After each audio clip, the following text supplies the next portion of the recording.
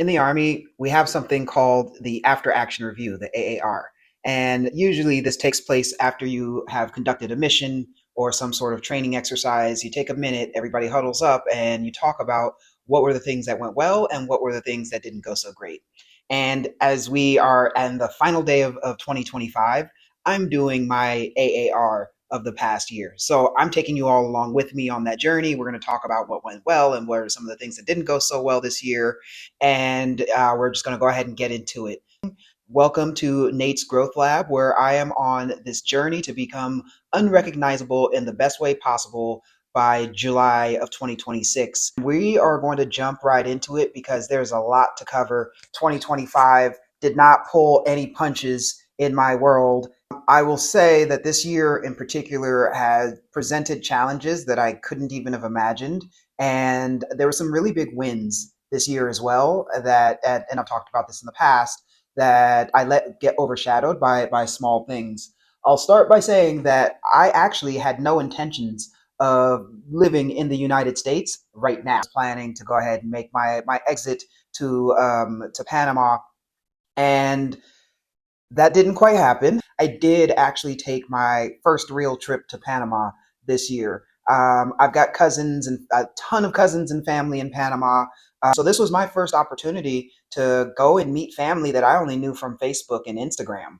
I'll say that I've been to Panama once before. Last year, I had a trip to the Dominican Republic, and I did a 3 or 4 hour layover in Panama, so I could like step out of the airport, be like, oh wow, I'm in Panama, and get back on in the airport so I can get on my plane. But this was the first time that I actually like went to Panama. It was a part of sort of like a recon mission, and I was like, let me go to Panama and actually get a lay of the land, get a feeling for what it would feel like to live there, go to immigration and deal with the chaos and mess that immigration is.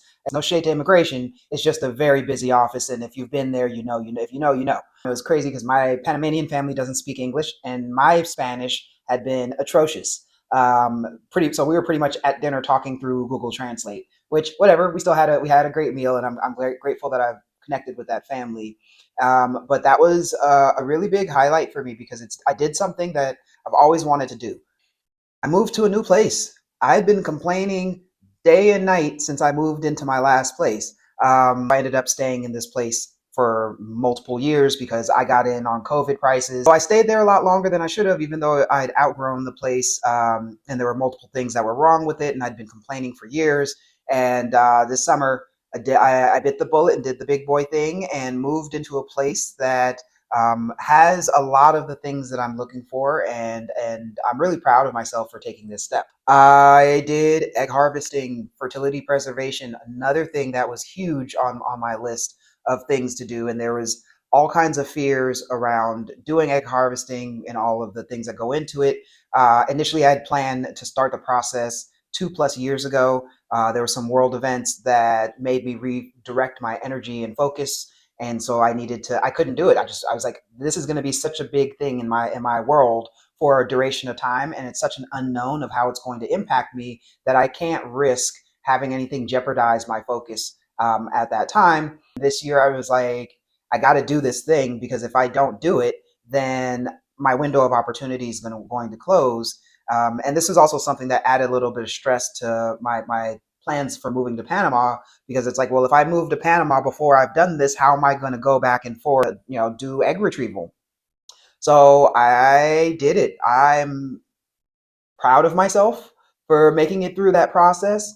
It's not for the faint of heart. I led some massive projects this summer. Like it was one this summer was or spring summer. Literally, that project came about while I was in Panama. All of my personal stuff went into the air, and I just focused in on this project. I really started to see what I'm capable of.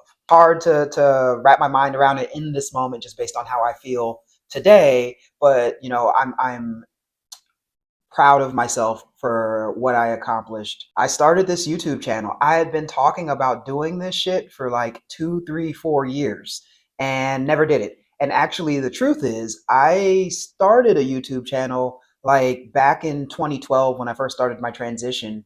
And I was doing like, updates as I was going through my transition and some of the things that were coming up. Deleted all the videos. I just kind of wiped any sort of history of my transition away because I felt like that was what was best. Hindsight's 2020, but but this in this particular iteration of this channel, this is something that I've been talking about doing. Is like I want to get on here and talk about some real world stuff, and there's going to be some exciting stuff that's going to be happening in 2026, not just this 52-week challenge of, oh, by the way, we are at the halfway point of the 52-week challenge. I've continued to make these videos. Haven't always uploaded them on time, but I've continued to hold myself to making these videos and putting them out, even at times like you saw last week where it's not particularly comfortable and everything isn't perfect and I don't have the most streamlined thing to share with you all. But if you remember that first video when I first started this, it wasn't perfect. And this is a messy thing, and transformation and change is not clean and perfectly cookie cutter. I learned also how I show up in challenges and in crisis. So, I mean, I've been a civilian since 2012 at this point. And so it's kind of been like there's been this like, meh, like what do I do? And I know my veterans out there sort of understand that when you go from being like a hard charging warfighter to like, trying to decide which cereal to get in the grocery store, you're just like, this can't be fucking reality. I had an experience this summer that really jolted me back into that earlier version of who I was. And when I came home from that experience, I kind of was, looking in the mirror and realizing that like that was a gift, and it was a reminder of who I am, and that who I was as a soldier didn't leave when I got my DD 214. That guy is who I am today, and if not, in many ways, I'm stronger than that version of myself because that guy was just all about partying and blew a whole bunch of money. I've continued to push myself to be more vulnerable. And this is something that is deeply, deeply uncomfortable, but is so necessary. And I haven't been perfect. I haven't been 100% transparent. And my friends and loved ones have continued to call me on it. But at least I'm listening, and I'm not just doing what I've done in the past, which is shrug off and say, nothing's wrong. Everything's fine, knowing that it's a dumpster fire going on. I've learned so much about myself this year. This was a year, like I said, that tested me. There were some moments where I just was like, what in the world? One of my challenges is around sleep. And if I'm not on top of my sleep, it's very easy for me to go, you know, 24, 36, 48 hours off of like maybe 2 hours of sleep. And this was the first year that I started to be able to look behind the layer and not just be so wound up in the fact that, oh, I'm not sleeping, but really being able to put my finger on what the things were that were keeping me up, and understanding the things that triggered me a lot better. And I also this year had a sense ability to like not let as much get in. That there isn't all like everything doesn't require a reaction. Everything isn't catastrophic.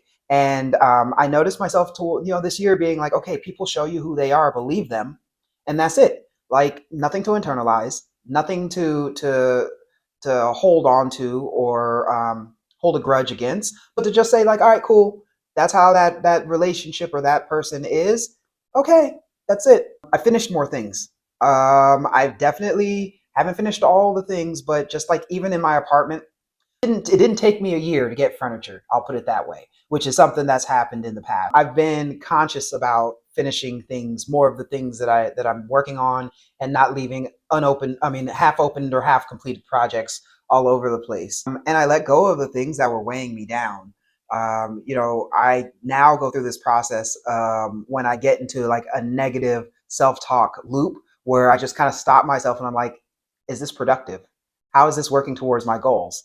And like almost in an instant, I'm like, oh shit, this isn't okay. This is not where I need to be devoting my mental energy. And that's huge. And I hope that folks watching this take that piece to heart, because we all have negative self-talk and we all get into these spirals of thinking poorly about ourselves. But the faster that you can stop that cycle, the better it is. I start saying no to the things that don't serve me.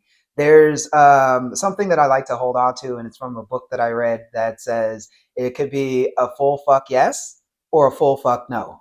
And this year in particular, it was like if there was anything that came across to me as a full fuck no, it was a no. The last thing I want to say here is I've just been more mindful of my diet. Doesn't mean that I always eat perfectly, but I'm definitely a lot more mindful of what I consume. And in the past month, my protein intake has gone up. Part of that is because like I lost 2 pounds of muscle during the fertility process and I'm trying to regain that back.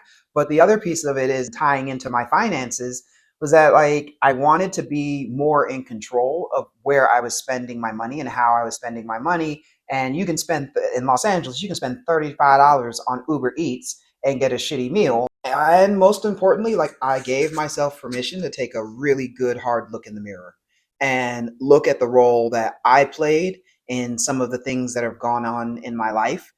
It's a whole other ball game when you just look in the mirror and be like, bro, how are you contributing to your current situation? My internal dialogue is I am the problem and I am the solution. Both. I'm both the problem and the solution. That first acknowledges that yes, there is a problem. Like I'm not going to do the nothing to see here. But two, it empowers me to move beyond whatever that problem is and move forward. So now I want to get into the negative because I know that for a lot of people, this year was really, really challenging. And it feels like 2025 was like the culmination of everything that we've all been dealing with since like 2020. It's been nonstop, one thing right after the other since the pandemic. And, from the pandemic to the racial justice uprisings to, presidential elections, war in Ukraine, the Israel October 7th, things that are happening in the United States. All of that has just been continuing to marinate and cook. 2025 definitely. Whew, this was a hard year. There were some deep relationship shifts this year. Some of the relationships that shifted, I think, there will be repair in some ways, but there are some relationships that nothing dramatic happened. It's just that we've moved in separate directions. There's also been a bit of this year grief over a few things. One, my expectations, things like, beginning of 2025, where I thought I would be this time of year was completely different. And, I shared my grandmother passed away, which was a huge blow. She was a tank, and I don't mean by like big. What I mean is like durable.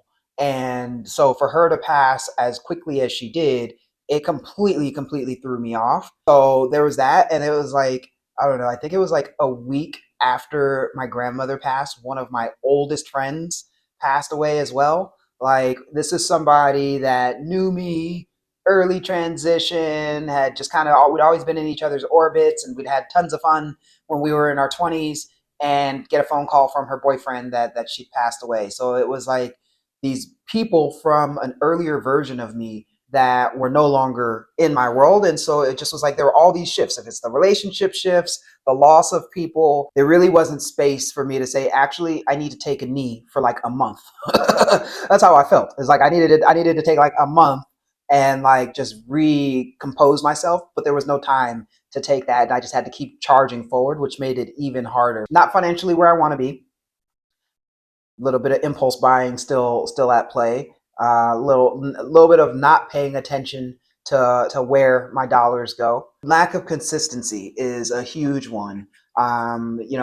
Making the uploading these videos when I say I want to and it actually happening, it's not clear. I mean, if you look at the dates on these videos, you'll see that like sometimes two or three will get uploaded in the same day. And honestly, I imagine this one's going to be a few of them getting uploaded at the same time. I haven't really been doing yoga like I like to. I think I've only been to yoga maybe 3 times since my grandmother passed away, and that was in July. It's around dating. I went on exactly one date this whole year.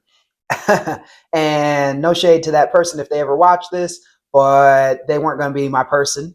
And so, I'm not upset about that part, but it is not lost on me that dating and finding partners is continuing to be a challenge. But it doesn't sit well with me of like being like New Year's Eve. People like to be with that special person. And, when I think about like my birthday and all of these life cycle type events, that it's just me. And that's been really hard. And I also didn't prioritize time with friends and family. Part of it became clear to me with my grandmother passing and how I always said I was going to spend time with her, with like acting like timing would go on forever, not realizing it was limited. There ain't no short way to put it. 2025, you showed your ass from January to December. I am grateful for all the ways that you showed your ass. I'm not about to sit up here and be like 2026 is going to be epic. We stopped doing that mess in 2020. Ain't nobody got time to be conjuring up Pandora's box and Jumanji and all that shit. And no, we don't need any more murder hornets or anything like that. But 2026, I'm approaching this year very differently than I've approached any year before. And I'm moving with a sense of focus, a sense of purpose, and this path of becoming unrecognizable is something that I can see the changes happening now, but it's well underway. We are only at the halfway point. There's so much more to come. The path of becoming who I know I can be hasn't been easy. It's been so murky. And as I'm shifting it and morphing into this newer version of myself, it feels so unfamiliar that there's often discomfort that's coming along with it. But I know that that's related to the radical change that I'm taking on. So if you made it this far, fantastic. Some of these videos are starting to be a little bit longer than my earlier ones, but that's just because I'm giving myself the permission to just talk a little bit more. And if people don't want to watch, it ain't for you then. But what I will say is that 2026 is going to be different. It's going to be different. I'm looking forward to being intentional about creating lightness in my world and in the world of those that I impact.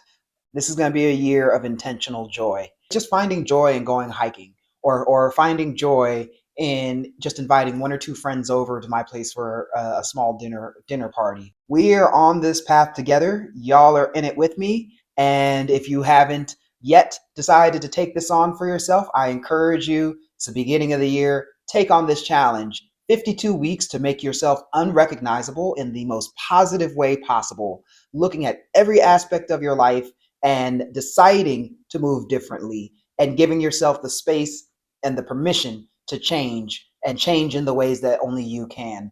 Time to say goodbye to 2025. Like I said, you weren't kind, you weren't nice, and I'm cool to say goodbye. Woo! What a year. Happy New Year, all.